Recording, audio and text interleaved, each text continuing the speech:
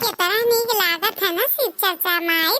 हमार तो मना कहा थे सावन भर रोजे शिव चर्चा हो तो रोजे हम पहुंची रही। बोलो भोले बाबा की जय। हे जीजी अब आए भर तो चुपाई मारे बैठी ना रहो, बढ़िया सा ही कौनो शिव चर्चा कौनो भजन करो। हाँ मने कही हम कोनो कहा वाली बात है, गायब तो है ये। तुहरी भरोसे शिव गुरु भुखनी समारियो, तुहरी भरोसे शिव गुरु भुखनी समारियो, कि शिव गुरु आइल बा तुहरी दुआरिया गोहरिया, शिव जी हमरो सुनिला हो। सब सुख बाटे शिव गुरु घरवा में हमरा हो, शिव गुरु घरवा में हमरा हो, कि शिव गुरु एक ही तो कनवा बांधा रहे मोर शिव गुरु ललना दैना देता हो, कि शिव गुरु एक ही तो कनवा बांधा रहे मोर शिव गुरु ललना दैना देता हो।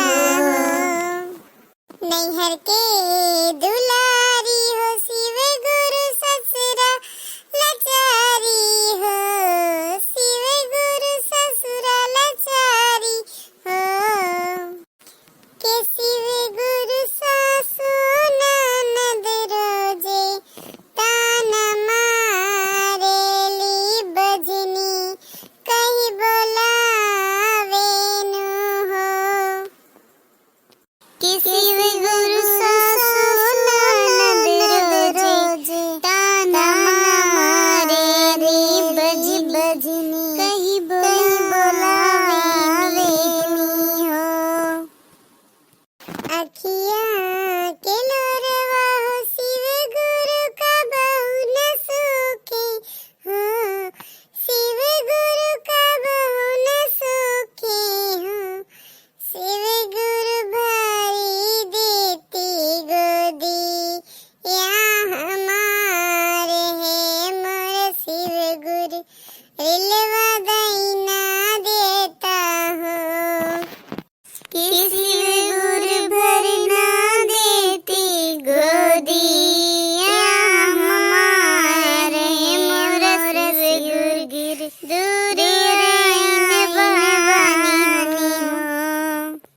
तुहरे में बसल शिव गुरु दुनिया जहानवा हो, शिव गुरु दुनिया जहानवा हो, हे शिव गुरु हमारो पे करती उपकार है मोर शिव गुरु दूर आइन बानी हो, कि शिव गुरु हमारो पे करती उपकार है मोर शिव गुरु दूर आइन बानी हो।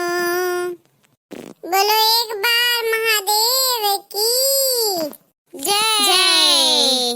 हे जीजी ई तू गाना काहे गायू? इमे ना करो जीजी, भगवान भोलेनाथ तुम्हें जरूर दी है, देखियो तू। हाँ तहार सास ननद जोन ताना मारा थी ना तो मारा बंद कर दी है।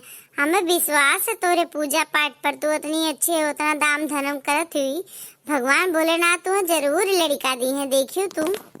हमारो विश्वास है, जानी कि नहीं चटकीला बहनी, हमरो विश्वास है भोलेनाथ पर, हमरे दी है काहे ना, हम आज नहीं काल दी है, देर नहीं सबेर दी है जरूर। हाँ जीजी बस यही में तो अपन विश्वास बनाए रहो, भोलेनाथ नैया जरूर पार करी है। बोलो बाबा धाम की जय।